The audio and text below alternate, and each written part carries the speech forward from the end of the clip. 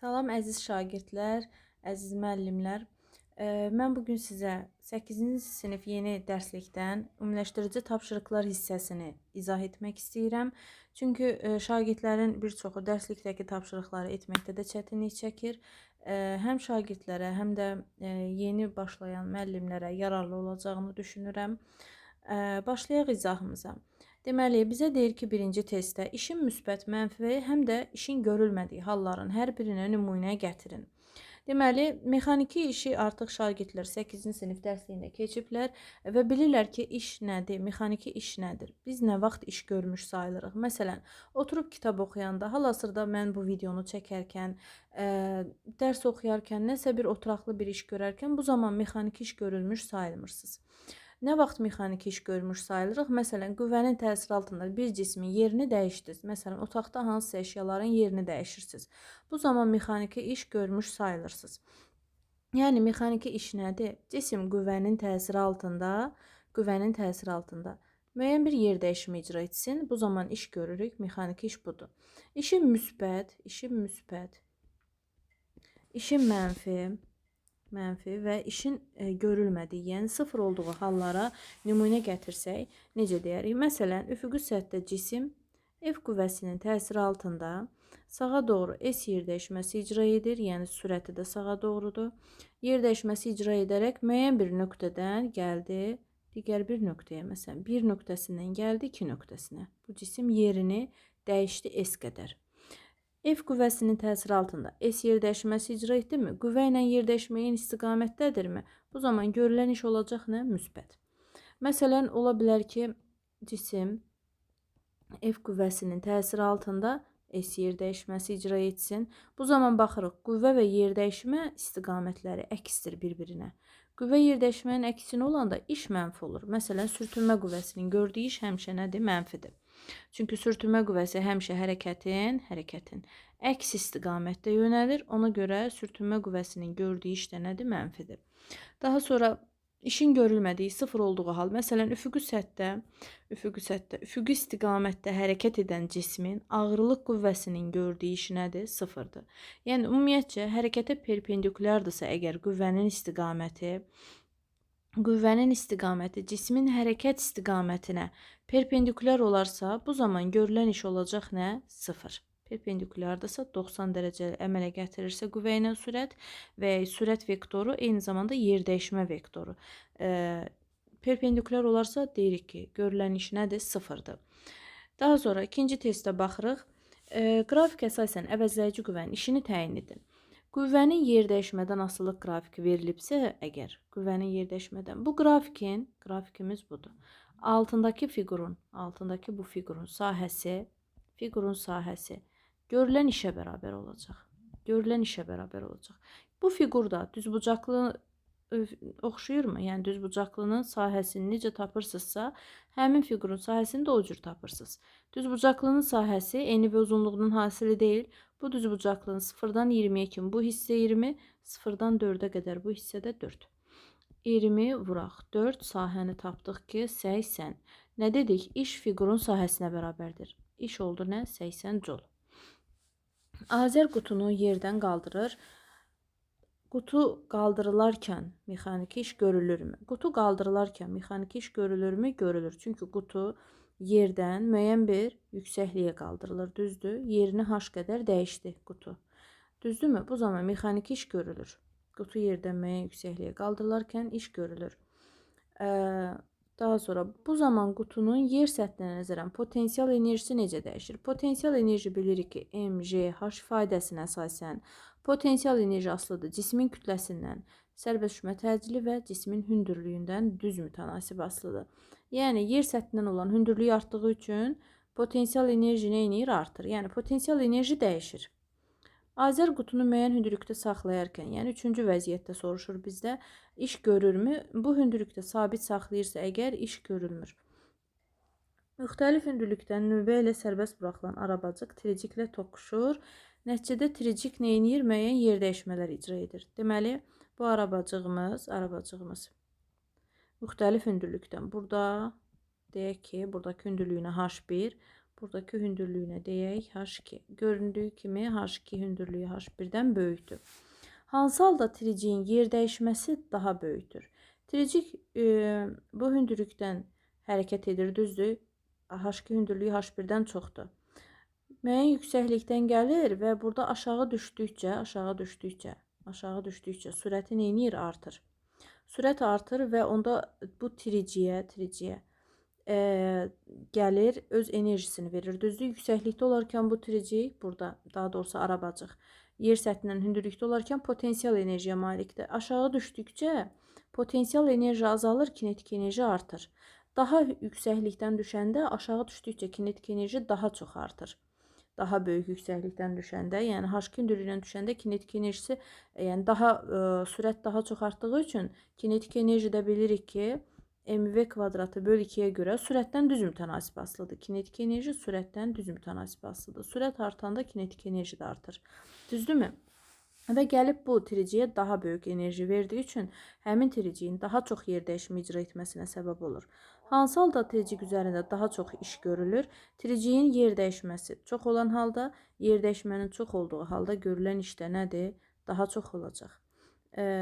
Hündürlüyü sabit saxlasaq əgər, arabacığın üzərinə də çəki daşı qoysaq, kütləsi artarsa, tricik üzərində görülən iş fərqli olarmı? Deməli, hündürlüyü deyir sabit saxlasaq, hündürlük dəyişməsin. H sabit olsun. C variantında deyir. Arabacığın üzərinə çəki daşı qoyduq. Tutaq ki, arabacığın üzərinə qoyduq bir çəki daşı. Yəni, arabacığın kütləsi neynədir? Artdı. Potensial enerji düsturu nədir? MJH. Düzdürmü? Hündürlük sabit. J sabit. Kütlə artanda potensial enerji artırmı? Yəni, daha böyük enerji ilə gələn cisim, enerjisi böyük olan cisim gördüyü işdə nədir? Çox olacaq. Çünki A bərabərdir F-S düsturuna görə işin A bərabərdir F-S düsturuna görə arabacığı aşağı hərəkət edəndə aldığı enerji hesabına neynir? Həmin tricik yer dəyişimi icra edir. Yəni, arabacığın üzərinə bir cisim qoyanda onun kütləsi artır. Kütləsi artdığı üçün yerlə qarşılıqlı təsirinin potensial enerjisi də artır. Düzdürmü? Ona görə daha çox iş görmüş olurlar. Bu da bərabərdir MJ, S yer dəyişməni H kimi də yaza bilərik. 5-ci testdə deyir, qaldırıcı kran kütləsi 6 ton. Yazırıq tez, şərt veririk mütləq. Əziz uşaqlar, əziz şagirdlər, mütləq şərti verirsiniz və əsas vahidlərə çevirməni unutmursunuz. Ton verib bir tonumuz neçə kiloqramdır? 1000 kiloqram. Mütləq əsas vahidlərə çevirməyi unutmayın. Deməli, 1 tonumuz 1000 kiloqramdır, 6 tonumuz olacaq 6000 kiloqram. 1000-i də yazıram 10 üstü 3 kimi. 5 saniyə ərzində T bərabər 5 saniyə, 3 metr hündürlüyə, H bərabər 3 metr hündürlüyə necə qaldırılır deyir? Bərabər sürətlə, sabit sürətlə qaldırılır. Sabit sürət demək V bərabər konstant deməkdir. Yükə kran tərəfindən təsir edən qüvvəni deyir hesablayın. İndi gəlin bu yükə baxaq. Bu yükə aşağıya doğru nə təsir edir? MJ ağırlıq qüvvəsi və kranın qaldırıcı qüvvəsi. Düzdürmü?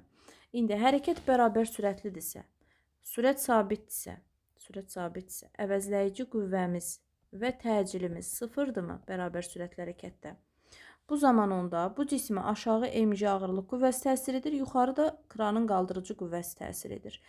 Təcil sıfırdırsa, əvəzləyici qüvvə sıfırdır və cismə aşağı və yuxarı 2 qüvvə təsir edir. Düzdürmü? Onda yazarıqmı? 0 bərabərdir F çıxaq MJ. Yəni, cismə təsir edən qüvvələr əks istiqamətdə olduğu üçün F-dən MJ çıxdıq olar bir-birindən. F bərabər MJ. Əgər müəyyən təcillə hərəkət etsəydi, MA bərabərdir. Yəni, əvəzləyici qüvvəni təyin edib yazardıq. F bərabər MJ. Aha, qüvvəni hesablayın deyir bizdə. M-imiz 6 10 üstü 3, J-imiz də 10. Elədim 6 10 üstü 4 Newton. Və ya bunu necə yazarıq kilonewtondan? 60 kilonewton. Yəni 10 üstü 3-ü, sanki bunu 60 vur 10 üstü 3 kimi düşünün. 10 üstü 3-ü neynədim? Kilo kimi yazdım. Aha, daha sonra deyir kran mühərrikinin gücünü hesablayın. Gəlin gücü hesablayaq. Kran mühərrikinin gücünü yazıram. N bərabərdir gücümüz. A böl T'dir. Düzdürmü? Güc nədir? Vahid zamanda görülən işə bərabər olan fiziki kəmiyyətdir. İşin yerinə yazaram mgh bölünsün t. Bərabərdir. Mg'miz 6 vur 10 üstü 4. H-ımız 3 metrdir. Bölürəm nəyə? Zamanım 5-ə. Bərabərdir. Yuxarıdan yazaram 18 vuraq 10 üstü 4'ü parçalayıram. 10 vuraq 10 üstü 3 kimi yazıram. Bölürəm 5-ə. 180'i 5'ə böləndə neçə düşür? 36 vuraq 10 üstü 3 watt gücü aldıq. Düzdürmü? Bunu da yaza bilərəm 36 kilowatt kimi. 36 kilowatt. Aha. Davam edirik. Aha, buradakı sualları cavabladıq. Top bir nöqtəsindən sərbəst buraxılır. Bu nöqtədən top sərbəst buraxılır. Sürtünmə nəzərə alınmır. Sürtünmənin təsiri nəzərə alınmır. Hansı nöqtə və nöqtələrdə A variantında deyir. Topun yer səthinə nəzərən potensial enerjisi ən böyükdür. Bayaq qeyd elədik. Potensial enerjinin böyük olması hündürlüyün böyük olması deməkdir. Baxıram top bir nöqtəsində yerdən olan hündürlüyü budur. 2 nöqtəsində yerdən olan hündürlüyü bu. 3 nöqtəsində yerdədir. 4 nöqtəsində yerdən olan hündürlüyü və 5. Ən böyük hündürlük hansı nöqtələrdədir? Görürsüz 1 və 5 nöqtəsində yerdən olan hündürlüyü çox olduğu üçün potensial enerjisi də çoxdur. Yazırıq 1 və 5 nöqtələrində. Kinetik enerjisi ən böyükdür. Deməli, top buradan sərbəst buraxılır, düzdürmü? Top gəldi. Aşağı düşdükcə potensial enerjisi azalır, kinetik enerjisi artır. 3 nöqtəsindən keçdiyi anda kinetik enerjisi ən böyük qiymətini alır. Daha sonra yuxarıya doğru getdikcə yenidən kinetik enerjisi azalır, potensial enerjisi artır. Deməli, ən böyük kinetik enerjisi oldu 3 nöqtəsində. Topun həm potensialı, həm kinetik enerjiyə malik olduğu nöqtəni istəyir bizdən. İndi gəlin baxaq. Topun həm potensial, həm kinetik. Başlanğıcda dedim sərbəst buraxılır. Bu nöqtədə kinetik yoxdur. Potensial nədir? Bu nöqtədə maksimaldır. Bu nöqtədə də yuxarıya gəldi 5 nöqtəsində. Burada bir an dayanır, təzədən yenidən aşağıya düşəcək. Ona görə bu nöqtədə də kinetik yoxdur. Potensial nədir? Maksdır. İndi fikir verin. 2 nöqtəsində yer səthindən həm müəyyən hündürlükdə olduğu üçün potensialı var, həm də buradan keçərkən müəyyən bir sürətlə keçir. Kinetiki də var. Eynən 4 nöqtəsində də yuxarı doğru getdikcə burada maksimalı idi kinetik enerji azalır. Yəni burada müəyyən bir kinetik enerji var, müəyyən bir sürət var. Düzdürmü? Yəni 2 və 4 nöqtələrində həm potensial var, həm kinetik var. Düzxətli bərabər sürətlə hərəkət edən. Bərabər sürətli hərəkətin əsas qaydası nə idi? V bərabər konstant. Kinetik enerjisi 50 joule. Kütləsi 2 kiloqram. Cismin sürətini tapın. Kinetik enerjinin düsturu nədir? mv kvadratı böl 2. V kvadratı bərabər 2 kinetik bölək m. Bərabərdir 2 vur 50 böl 2. 2'lərə get dedik gülə-gülə. V kvadratı bərabər 50 aldıq. Buradan da kök alsaz hər tərəfdən V bərabərdir 5 kök altda 2 alarsınız. Usta mismarı taxtaya vurmaq üçün əvvəlcə çəkici yuxarı qaldırır, sonra isə sürətlə mismara vurur. Çəkici yuxarı qaldırıb saxladıqda o hansı enerjiyə malikdir? Deməli, çəkici yuxarı qaldırıb burada saxladıqda olacaq hansı enerji? Potensial enerji burada saxlayır. Düzdürmü? Sükünət halıdır, sürət sıfırdır. Potensial enerji nədir? Yer səthindən müəyyən hündürlükdə saxladığı üçün potensial enerjisi var. Çəkici sürətlə aşağı indirdikdə mexaniki enerji növləri necə dəyişir? Aşağı sürətlə indirən zaman kinetik enerjisi artır. Düzdürmü? Çox böyük sürətdən indirir aşağı. Sürəti artır, kinetik artır. Potensial neynir? Azalır. Taxtaya vurulan mismar üzərində iş görülür. Bəli, mismarın yeri müəyyən qədər dəyişdirilir. Mismar gəlir bu nöqtə, bu səviyyədən bu səviyyəyə. Bu zaman iş görüldüyünü deyə bilərik. Kütləsi 6 kiloqram olan dron, tez şərtimizi yazaq. M bərabərdir 6 kiloqram. Həmişə şərti oxuduqca qeyd eləməyi unutmursunuz. Yer səthindən 0,5 kilometr hündürlükdə. Qeyd edirik 0,5 h bərabərdir 0,5 kilometr. O da bərabər tez neyinirik? Əsas vahidə keçirik. 0,5'i vuracam nəyə? 10 üstü 3'ə metr. Bunu da sadələşdirək bəlkə. Yazarıq 0.5'i 10 üstü 3'ə vuranda eləyəcək nə? 500 metr. Dronun sürəti V bərabərdir 36 kilometr böl saat. Kilometr böl saatdan keçəcəyik metr böl saniyə. Deməli, kənarda burada metr böl saniyəni yazırıq, gözümüz görsün. 36'nın olduğu kimi saxlayırıq, kəsir xətti çəkirik. 1 kilometrimiz 1000 metrdir. 1 saatimiz 3600 saniyədir. Sıfırlara gülə-gülə deyirik. 360'ı 36'ya böldük. 10 metr böl saniyə aldıq. Ümumiyyətcə, qayda olaraq yadda saxlaya bilərsiniz ki, kilometr böl saatdan metr böl saniyə keçmək üçün veriləni, yəni qarşıda neçə verilsə, burada verilən bir kəmiyyəti nə edirik? 3,6'ya bölürük. Aha, elə burada da 36'yı 3,6'ya bölüb birbaşa yaza bilərdik ki, 10 metr böl saniyə. Bizdən istəyir ki, tam mexaniki enerjini. Tam mexaniki enerjini deməli yazaq. Tam mexaniki enerjinin düsturunu Y kinetik üstə gələk Y potensial bərabərdir. Y kinetikin düsturu mv kvadratı bölü 2 üstə gələk potensial mgh. Hər ikisindən ortaq vurğum eyni olan kəmiyyətim m'dir. Çıxartdım mötərizə xaricinə. V kvadratı bölü 2 üstə gəlir gh bərabərdir. Kütlənin qiyməti 6. V'nin kvadratı, onun kvadratı 100 böldü 2'ye 50 üstə gələk gh. H'ımız 500, j'yə 10'a vuranda j'nin də qiymətini 10 götürürük. 10 metr böl saniyə kvadratı. Deməli, nə elədik? Gh 500 vuraq 10. Bərabərdir, buradan aldıq 6 vuraq 500, 10'a vurduq 5000, 5000 üstə 50 gəldik 5050. Bərabərdir 6'yı vuraq. Aha, aldıq bu formada. 3300 jol. 30300 jol. Deməli, kütləsi 0,5 kiloqram olan şərtimizi yazaq burada bir yerdə.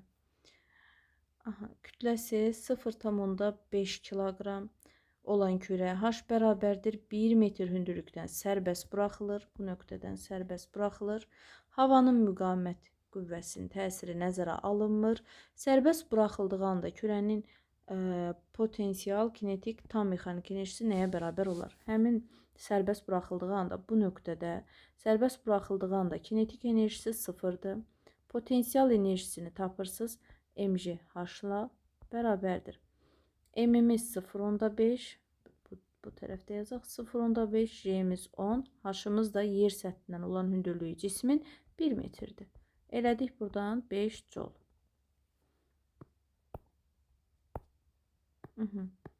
Buradan elədi 5 jol. Potensial enerji bax bu nöqtədə, düzdürmü? Baxın, bu nöqtə üçün yazıram. Tam enerji, kinetik və potensialın cəmi deyil. Kinetik enerjim sıfırdır, düzdür. Nə qaldı burada? Potensial. Potensialı neçə tapdıq? 5 jol. Elə tam enerjimdə 5 jol olarmı? Aha, hər birini qeyd elədik. Deməli, A variantında kinetikim 0, potensialım tama bərabərdir. O da 5 joldur. Kürə yer səthindən 0,4 metr hündürlükdə olarkən, deyir, əgər kürə yer səthindən, tutaq ki, buralarda bir yerdə 0,4 metr hündürlükdə olarsa, kürə buradadır. Hündürlükdə olarkən, onun kinetik enerjisi nəyə bərabərdir? Kinetik enerjini təyin edərik ki, kinetik indi bunu daha yuxarı sinif səviyyəsi üçün izah etsəydim əgər, kinetik enerjinin tapılma üsulunu başqa daha rahat yoldan deyərdim. Amma 8-ci sinif səviyyəsi üçün bu üsulla izah edəcəm. Y tam çıx, Y potensial. Tam enerjim 5 joldur. Düzdürmü? Potensialı tapıram. Heç vahidi yazmayaq burada. Y tamı tapmışıq 5'dir. Tam enerji dəyişmir. Düzdürmü? Potensial enerjini tapım. Kürənin yerdən 0,4 metr hündürlükdə olduğu an üçün mgh-dan. Cism kürə eyni kürədir də, kütləsi dəyişmir ki. 0,5 vuraq 10, vuraq h-ım nə qədərdir? 0,4. Düzdürmü? Bu 10, bu 0,5'i 5 elədi mi? Buradan aldım mı 2 jol. Çıxdım 2'ni, elədi 3 jol. Deməli, kinetik enerjim oldu 2 jol. C variantında deyir ki, kürə yer səthinə dəydiyi anda yenə eynən 3 dənə enerjini bizdən soruşur. Kürə gəlib yer səthinə dəydiyi anda, bax, burada olduğu anda, 3-cü versiya, C variantı.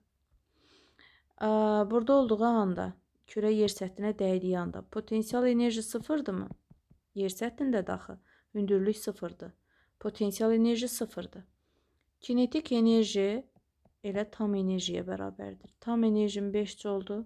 Kinetikim də 5 jol olacaq. Yəni tam enerji elə kinetik enerjiyə bərabərdir. 5 jol olacaq. Bu qədər. Yəni əgər düsturdan təyin etmək istəsəz, baxın, yenə ətraflı izah verim. Y kinetik plus Y potensialdır. Düzdürmü? C variantı üçün deyirəm. Yerə dəydiyi anda bu nöqtədə potensialı 0 olduğu üçün Y tam Y kinetikə bərabər olur. Elə düsturdan da tapsaz eyni nəticəni alarsınız. Yəni tam enerji ümumiyyətcə heç burada bütün nöqtələrdə sabitdir və tam enerjini öncədən neçə tapışıq? 5 jol, elə qiyməti 5 joldur. Aha. Deməli belə təyin etdik. 10-cu testi də yekunlaşdırdıq. Ümumiləşdirici tapşırıqları izah etdim. Əgər video sizə yararlı oldusa, bunun üçün rəy yaza bilərsiniz, dostlarınızla paylaşa bilərsiniz. Yəni əgər videonun davamlı olmasını istəyirsinizsə, bəyənin, paylaşın, rəy yazın ki, növbəti video izahlarımız da tezliklə gəlsin. Bu qədər.